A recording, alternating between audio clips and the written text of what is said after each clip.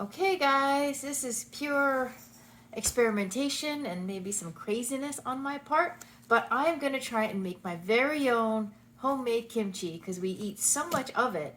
It might actually, save us a little bit of money if I make it myself because Napa cabbage is 99 cents a pound at the local Asian market. This is just about 3 pounds, and this will probably give us more than we need to eat in a couple of weeks. And everything else I have in terms of ginger and garlic and scallions and fish sauce and the red pepper flakes. So I'm gonna try it. It comes out of this book here. It's Mang Chi's Big Book of Korean Cooking, and she has a recipe here for bite-sized Napa cabbage kimchi. Now, I've been watching her videos. I watched a couple other videos, been doing some research. So I'm not going to include all the ingredients she has in here, like the oysters. Even though I have some Korean radish, I don't usually like my kimchi with the radish in it. But I am going to add some scallions to the cabbage. But I'm basically going to make some cabbage kimchi, a little bit of carrots maybe for color. So let's get started. So the first thing is, aside from opening this cabbage, which they wrap very securely in lots of saran wrap, is she says here to cut the cabbage lengthwise into quarters, cut out the core, and cut it into like 1.5 inch long pieces and transfer it to a big bowl. So that is what I'm going to do. I'm going to start with chopping the cabbage. Okay, I had to get my bowl and my colander, as you can see here. I'm going to rinse my cabbage before I soak it in the salt for the next couple of hours. But let's see how well I can chop this. In the video, she just cuts through the bottom. And so that's what I'm gonna do if I don't manage to kill myself. This is quite tough. Okay. So she cuts it and then she peels it open. Maybe I should just chop it all the way. Yeah, that worked out better. Okay. Now, at least it's not brown in the middle. I'm going to cut it again in half. Let's see. Yeah, let's cut it again.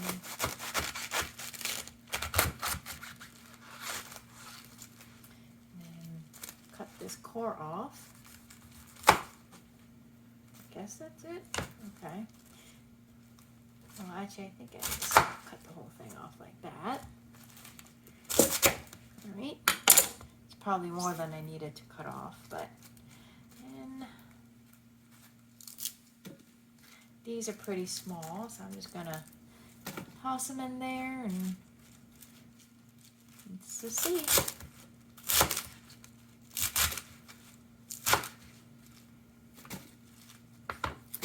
See, this is going to be rather messy.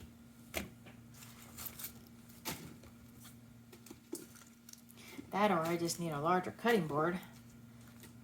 One or the other.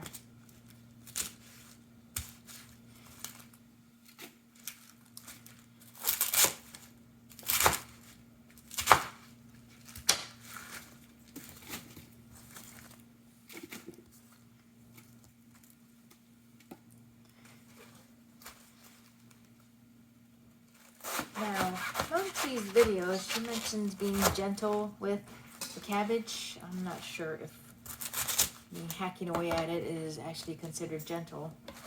Oops.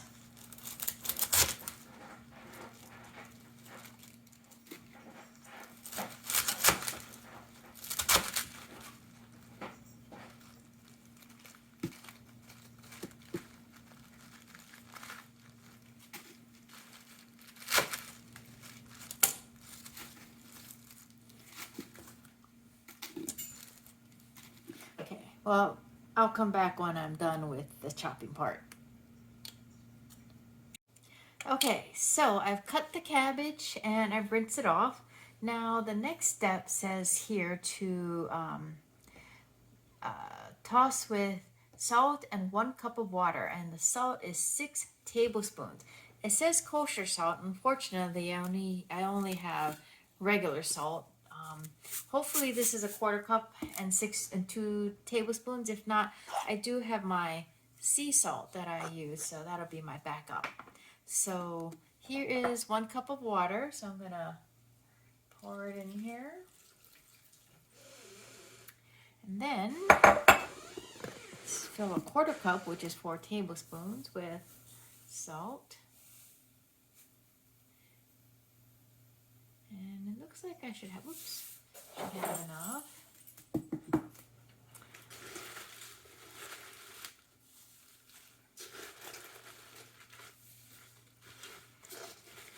Now, I know this is a crazy amount of salt, but apparently it helps, I guess, to soften it as it soaks.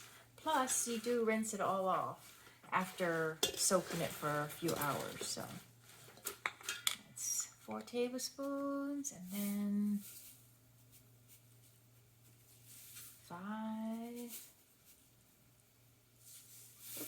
and 6. Oh, good, I had enough salt. All right, so now I will toss, and I'm gonna let it stand for 2 hours. So I will see you all in 2 hours, my time, and a blink of an eye for you. Okay, so the kimchi is soaking. I haven't flipped it yet. You're supposed to flip it every 30 minutes. But I am going to do the next step where you make your rice paste, I guess. Anyways, it says here to combine the flour, which is this Kota Farms Mochiko flour. It's glutinous rice flour. You combine, it says here, 2 tablespoons of this with 1 cup of water. And in another video I saw, they said to make sure that the flour is well dissolved in the water before you turn on the heat. Here she says, place it over medium-high heat. Stir until it begins to bubble, which will take about 2 or 3 minutes. Then you add sugar, and it's supposed to be 1 tablespoon of sugar. And you stir until the mixture is slightly translucent and has the consistency of runny porridge for 2 to 3 minutes. Then you remove it from the heat and let it cool. Okay, so got my 1 cup of water. I'm gonna pour into my saucepan. And then I'm going to put in my 2 tablespoons of rice flour.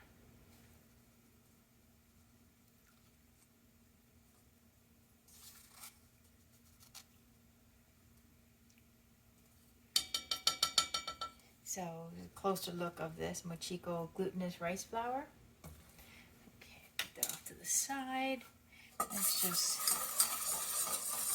mix this until it is smooth. Just move this away from the stove and move this a little further because I'm not trying to set my book on fire with the flames from my gas stove here.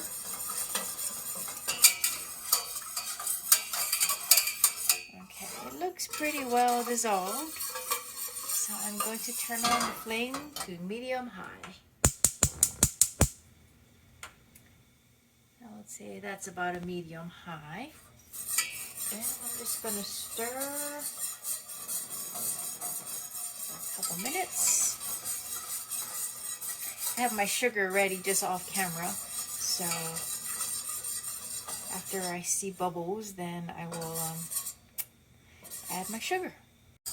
Okay, so I'm beginning to see bubbles, so I'm gonna try and get my sugar here. My tablespoon of sugar. Oops, gotta add it in there. And keep stirring, and it's supposed to get down to more runny consistency, so let's hope so. Let's keep stirring. It was about 2 minutes, because I looked at my clock, and it was 26 minutes after the hour. It is now 28 minutes after the hour. I'll turn this down a bit. It seems a bit high.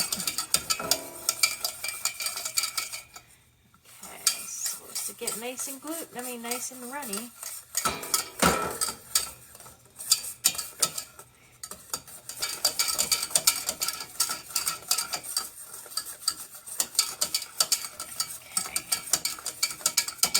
minute.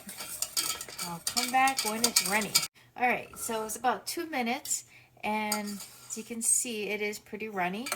When I was stirring it, I thought, "Ooh, this is thick," but then when I did this, I can see that it's pretty runny. So now I just have to let this cool completely. If I was in a rush, apparently I could get like a large bowl or a pot, fill it with ice cold water, and then plunge this saucepan in there. But since I have at least another almost 2 hours of soaking the cabbage, I'm just going to let this cool naturally on the stove. All right, so we'll come back when it is time to chop some vegetables. Okay, so it's been about an hour, almost hour and a half. And as you can see, the cabbage is really shrunken down. So it's still soaking. I've been mixing it every 30 minutes to make sure that the cabbage is evenly salted. But as you can see, it's much shrunken down. I mean, there's definitely more than a cup of water from here. So it obviously came out of the cabbage. So let's put this on the side. Now what I have here are some scallions. She says 6 scallions as well as chives, but I don't have chives. I'm just going to use scallions. I don't know, I guess it's about 6. It looks to be quite a bit. I have a very ugly yellow onion. It's pretty small. And I have some peeled ginger here. And I have garlic. So I'm going to peel the garlic and roughly chop the onion. Oh, and I also have some baby carrot. And just to get everything ready for mixing the kimchi, because let's see, the onion, garlic, and ginger will go into the food processor or blender in my case with the rice porridge that you saw me make earlier. And then the carrots and the green onion are going to get mixed in when the cabbage is ready and it's mixed in with the kimchi sauce. So you don't have to suffer and watch me chop. I'm just going to chop everything and then we'll come back. Okay, so now we are ready to blend. Since I don't have a food processor, I have my blender. So here I have my onion that's roughly chopped up, my 9 cloves of garlic, and I don't know if this is a teaspoon or not, but I have my peeled ginger cut into rough pieces. I have my fish sauce right here. I'm not even going to try and pronounce it, but this is a 3 Crabs brand of fish sauce. It's supposed to be the best, so I bought it. I need 1/3 cup of that. And then this is my cooled rice porridge back here. So I'm going to throw it all in the blender and make it into a puree.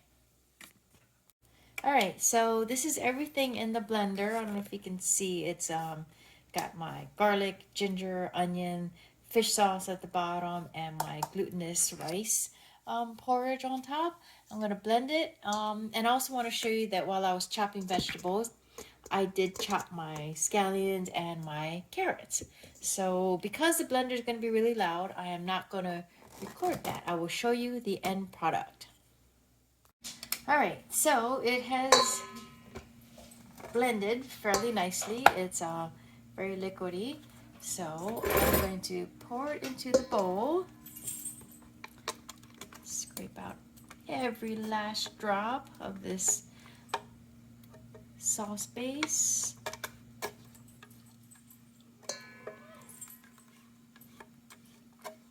And then from here, I'm going to add the gochugaru, which is the red pepper flakes. The recipe says 1 cup. I guess we'll start at 1 cup. Hopefully it won't be too spicy. I may taste it after I mix it in. So this to the side. Now I keep it in the freezer. That's what Mungchi says, so that's why it's got some frost around it. I just took it out of the freezer a couple minutes ago. This is a 1/2 cup, so I'm going to put 2 1/2 cups of this in there.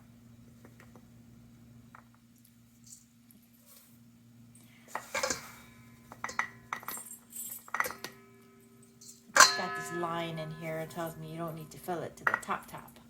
Okay, then we are going to mix. Wow. Ooh, look at that. It looks really spicy, doesn't it? Wow. Okay.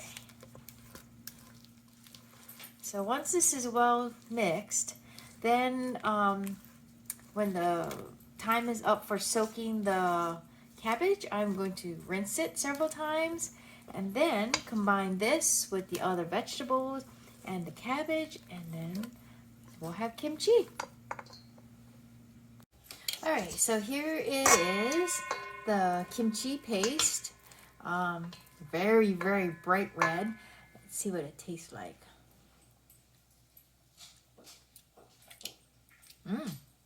Very garlicky. I love it. Ooh, but it's spicy. Okay, well, we're gonna have some very spicy kimchi. It'll be, you know, something to eat with a lot of rice.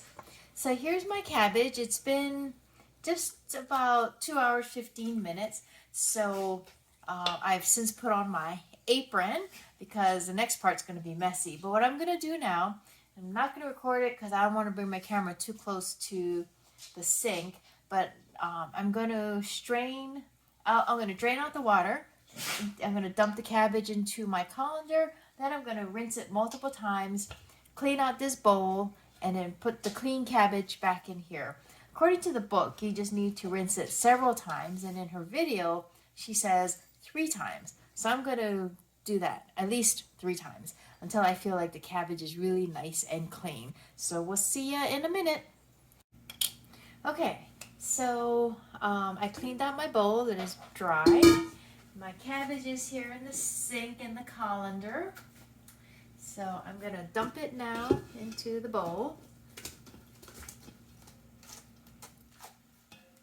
I rinsed it about 4 times. What I did was dumped it in the colander, rinsed out the bowl really well, ran some water through the colander, then dumped everything into the bowl, and I kind of filled it with water and just, you know, washed it with my hands, then dumped it back in the colander, rinsed it again, and I did that 3 or 4 times to get it all in there. So now I have the cabbages in here. I'm going to add my vegetables, my green onions and my carrots. And the last thing to add is this kimchi sauce. Now, I don't, I put the apron on because I don't want to get this stuff all over me. But also, I don't want it all in my hands. I have a feeling it might burn. So I've got some gloves. You remember back in the bad old days of lockdown and none of us knew how to protect ourselves from COVID. We bought a box of gloves thinking we might need some when we leave the house, and well, we didn't really use it. So I keep it around, and it actually comes in handy for doing messy kitchen things, such as this, or like, if I'm making some hamburger patties and I don't want that, the raw meat all on my fingers, I just slip on some nitrile gloves. So here we go, we got gloves on. So let's just put some of this in here. We'll do it in parts. And just make sure we get it all well covered. You want every piece of cabbage and green onion to be covered in this lovely kimchi paste or sauce, whatever you want to call it. Now, I was reading an article a while back when sourdough bread was a big thing in the height of lockdown, and they were talking about how the bacteria, everybody's personal bacteria on their hands or on their skin differs. I guess it depends on where you live and your habits and whatnot. And so because we all have our individual bacterial colony makeup on our skin, that actually affects how your bread can taste, because you're kneading it by hand, and the yeast feeds off of the bacteria. So they said, you know, some famous bakers always have, I don't know, let's say a nutty taste to their bread or something. And all it has to do with the type of bacteria they have. And in that same article, they mentioned that the same thing can happen with stuff that you ferment, like kimchi. And sometimes it's the, you know, the motion or the action of putting your hands in the food and mixing it and getting your personal bacteria in there that makes gives it a distinct flavor. And I often wonder, because I have a friend, when I mentioned, who makes really, really good guacamole, and she literally like gets her hands all up in there when she mixes. She finds that mixing by hand with her hands is better than using a spoon or something. And you know, no matter what I do with my guacamole, I add everything she does, it just doesn't have the same taste. So I'm sort of convinced that maybe it's because she uses her hands, and her hands has a certain, you know, different makeup of bacteria than mine. So, but I am not going to, as you can see, I'm using gloves because I'm afraid that this, since I'm not an expert, experienced kimchi maker, that this paste might, you know, burn my skin or something. So I am just going to keep using gloves for now. So this just looks beautiful. So I'm going to stop mixing, and I'm going to go get my special container I bought today at the Asian store to store my kimchi so that it can ferment. All right, let's see if I can turn the camera off without ruining everything.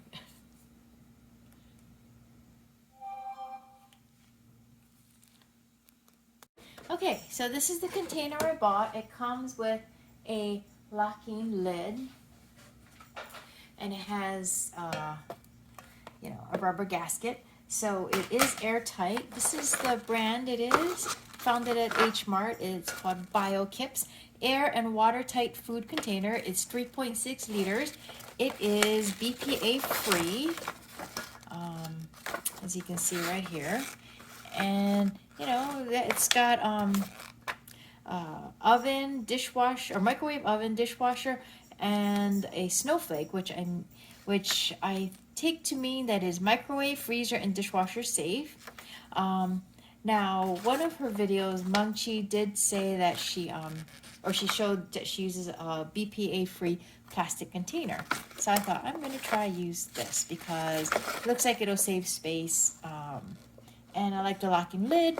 And although I don't think there is a chance of explosion, I do feel safer with plastic because then I don't have to worry about the glass in a glass bottle. So apparently you're supposed to put the kimchi in there and press it down really good to get out any air pockets because you do want it to be airtight. So let's get this kimchi out of the bowl. Just put it in here. Leave no cabbage behind. No onion behind. Okay. And we've got all the sauce. All right, so, oh, this is a perfect size. I wasn't sure if it would be too big or not, but let's press it down. And this is good that there's lots of room, because that means that as it ferments, the air bubbles that are formed will have room to go. And so since I am on the impatient side for kimchi, I am going to ferment it at room temperature. I'm going to leave it out of the fridge for the next 24 to 48 hours. You know, I'll check on it and make sure that it's not getting too full of gas. And then after about a day or two, I am going to put it in the fridge to slow down the fermentation process. And, you know, hopefully by then the kimchi will be nice and sour. As you can see, it would have been a mess on my hands. So I'm going to take off my gloves, and then I'm going to seal this up, and I think we'll be good to go. All right, so there we have it. My kimchi, it's all sealed up. I don't see any air pockets. It's pushed down pretty good. Oh, I lost a piece. Now, Kimchi does say you can eat it fresh with sesame seeds. So I have just a little bowl. Took out a little bit before I sealed it up. I put some sesame seeds on there. Look at that. Let's see what it tastes like. It might be really, really hot. Wish I had some rice, but I haven't cooked it yet.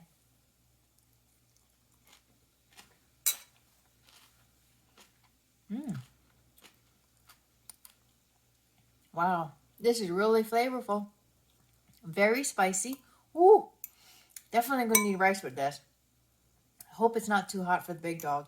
Next time I make this, I am gonna back off the gochujang. I mean, not the gochujang, gochugaru, and maybe use half a cup because I like spice, and this is perfect to eat with a lot of rice because the rice will help kill the spice. But the big dog, I can see him sweating like crazy when he eats it. But it is really good. And this is going to taste even better in a few days when it's fermented and nice and sour. All right, well, thanks for watching. I hope, you enjoyed this video. It was a learning process for me. And if you want to try and make your own kimchi, I'd highly suggest going to watch Kimchi's video. It was very helpful. This is, like I pointed out, this is the book I'm using. But her video does step-by-step, so that helps a lot. So this is quite a bit of kimchi. It definitely is cheaper to do this than it is to buy it. Oh, my nose is running because it is so spicy. But if you like this video, please give me a thumbs up. And I will see y'all next time. And don't forget, check out Kimchi's video on how to make kimchi because I'm certainly not an expert. Thanks. Bye.